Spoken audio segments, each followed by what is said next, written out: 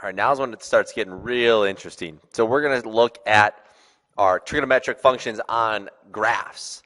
And the first one we're going to look at is our sine of x. So here's a couple graphs of the sine of x.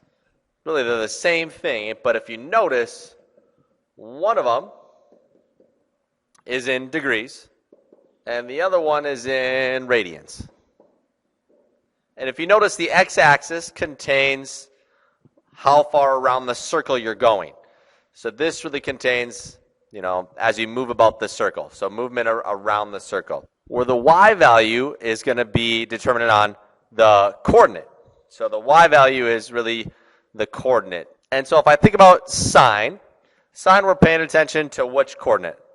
Remember, sine we're paying attention to the y coordinate. So if, for example, at 0 degrees, our y coordinate is 0. Hence why we start both graphs at 0, 0. Right, at 0, 0. So 0 degrees and 0 radians, the y coordinate is 0. And as I move about, I'm paying attention to my y's. So as I get to 30 degrees, or pi over 2, I'm at 1/2. So it's increasing slowly. So as you see, our graph is increasing slowly. And then when I get to, root 2 over 2, that's a little bit bigger than 1/2. And I'm approaching what number? 1, right? So when I get to 90 degrees, or pi over 2, I'm at 1, right there. We see that? And then what occurs after that? As you move past 90 degrees, or pi over 2 radians, now what happens to our y values? They start decreasing again to get to 0 once we get to 180 degrees, or pi radians. So that's why it starts decreasing. Okay, and then obviously all that happens is what happens to our y values. The same thing will occur, except now they'll be negative. So I'm getting bigger and bigger negatives as I approach 270. And then pretty soon I hit -1.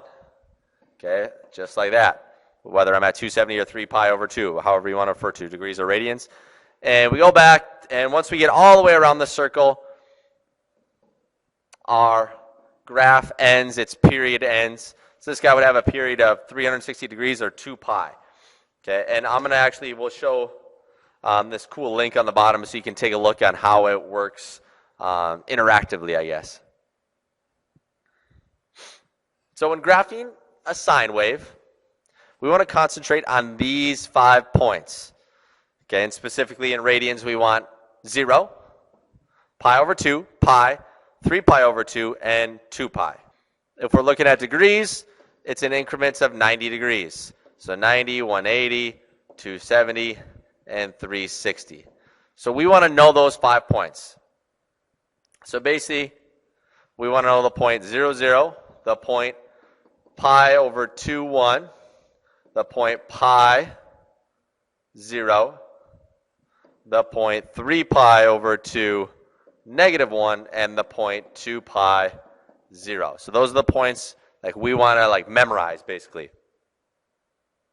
So our basic sine wave, how we describe it? We describe sine curves or sine waves and cosine curves and waves with a period, an amplitude, a phase shift, and a vertical displacement. Well, a period we've talked about, right, when it starts to repeat. So it started at 0, it repeats at 2 pi, so it's got a period of 2 pi, right? It takes its process 2 pi radians to complete.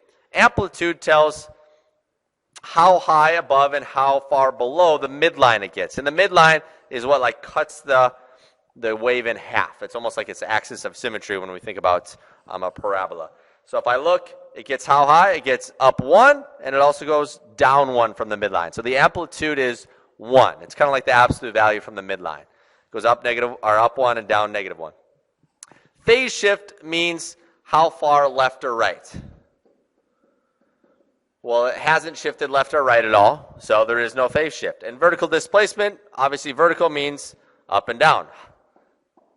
So as the midline, if it's at 0, that's its kind of basic position. So this would be the graph of y equals sine of x right here. Okay, and depending on how we add or subtract or multiply things in here will affect our period, amplitude, phase shift, and vertical displacement. The nice part is our transformations work very similar to what they've done with all of our other graphs. So first of all, what's this line that cuts it in half again? That's our midline, right? And then how high or how below the midline we get would be our amplitude. Do you see a maximum value anywhere? Yeah, probably up here would be a maximum value. So all these peaks, and where it gets to be really low valleys would be our minimum values. So we have a maximum value of -1 in this case, a minimum value of -5. Might even write these in here. So this one has a minimum value of -5. Up top we have a maximum value of -1. Our midline was at y equals -3. The amplitude, well, it goes up to -1 and down to -5, so our amplitude would be 2. And remember, when it repeats, so it takes from here to here for it to repeat, that would be the period. And for the period, any point where it starts to repeat, you can take a look at the period. So I like to find like good points to look at. So like this point right here would be a good one. It goes up, comes back down, and then it repeats. So that goes from 0 degrees to 120 degrees in this case.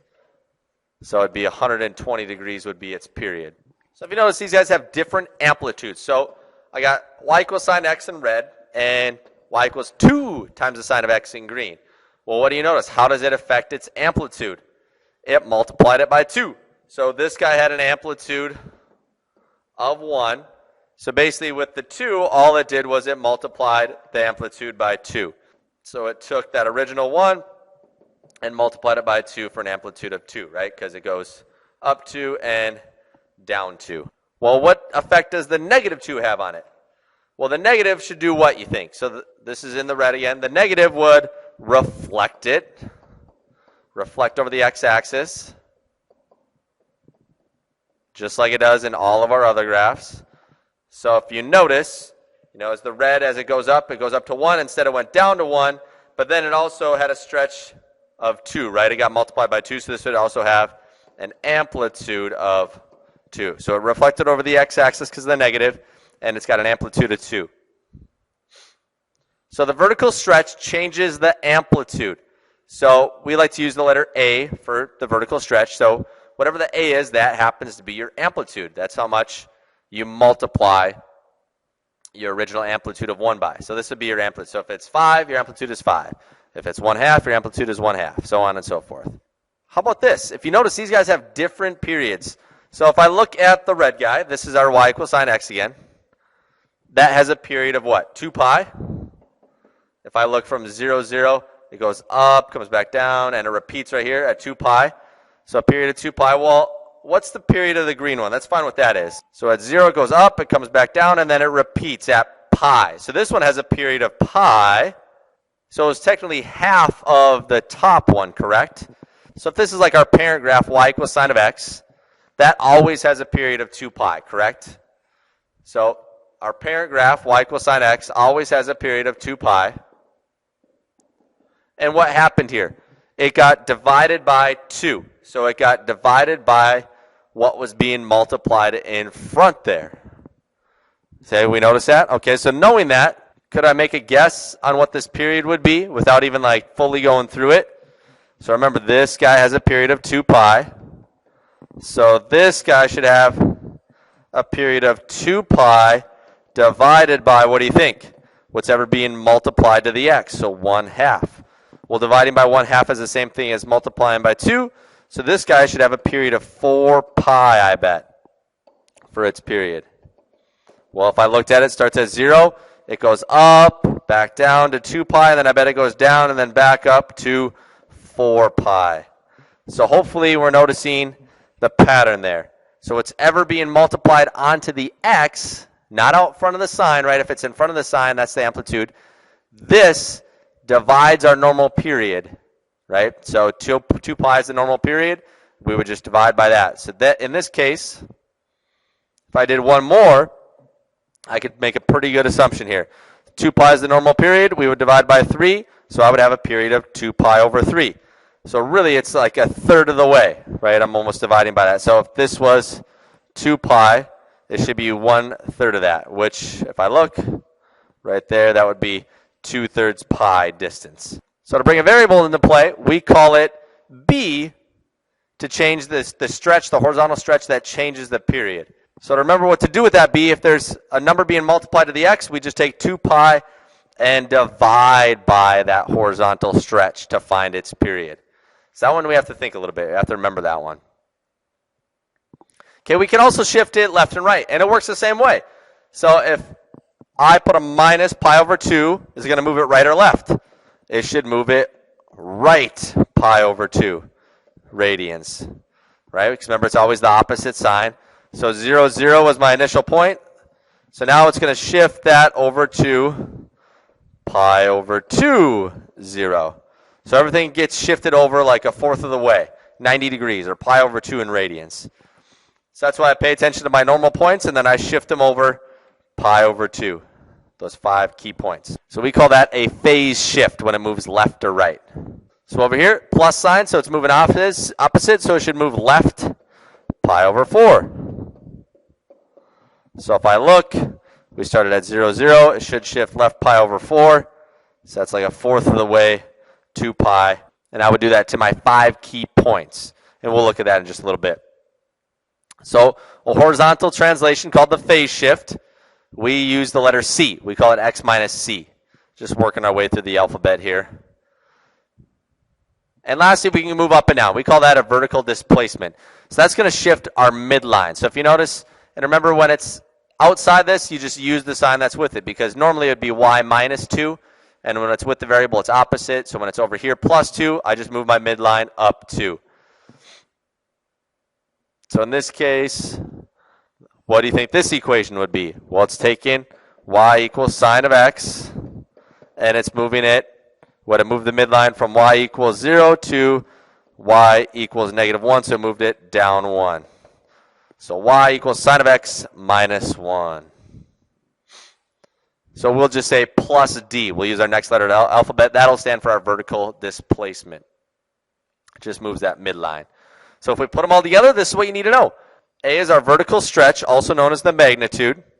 B is our horizontal stretch, also known as the period. But it doesn't just give us a period. What do we have to do? We have to take 2 pi over b to find the period. That's the only kind of tricky one. C stands for our phase shift. And in this case, this would move it to the right if it's minus. And this would be our vertical displacement. And that moves it up and down. And in this case, this would move it up with the plus sign. So if you think about our transformations, are using all the same things, we just have some different terms with them. So how is the cosine graph different? Well, what are we going to pay attention to? As we move around the circle, instead of the y, we pay attention to the x's. So when we're at 0, 0 radians are 0 degrees, we're looking at 1. We're already up at 1 right away, right? And as we approach 90 degrees, or pi over 2, we're approaching 0. So that's why right here at 90 degrees, or pi over 2 radians, it is approaching, and right when it gets there, it's at 0. And then it gets to, negative 1 right here, and then it keeps going to 0, and all the way to 1 again. Okay, so it's kind of just the initial start. So cosine starts at 1, right, because it's the x, where sine starts at 0. It goes to the origin because it's the y. Well, could I technically write this as a sine function? Let's think about that. Could I write this as a sine function? Let's write our normal sine function in. Y equals sine of x right away. Let's draw that in. So that'd be 0, 0, 1 pi over 2. And then we got 0 for pi. Then we're at negative 1 here, and then just like that. Okay. So this would be my normal sine. I could shift my starting point to the left or the right, couldn't I?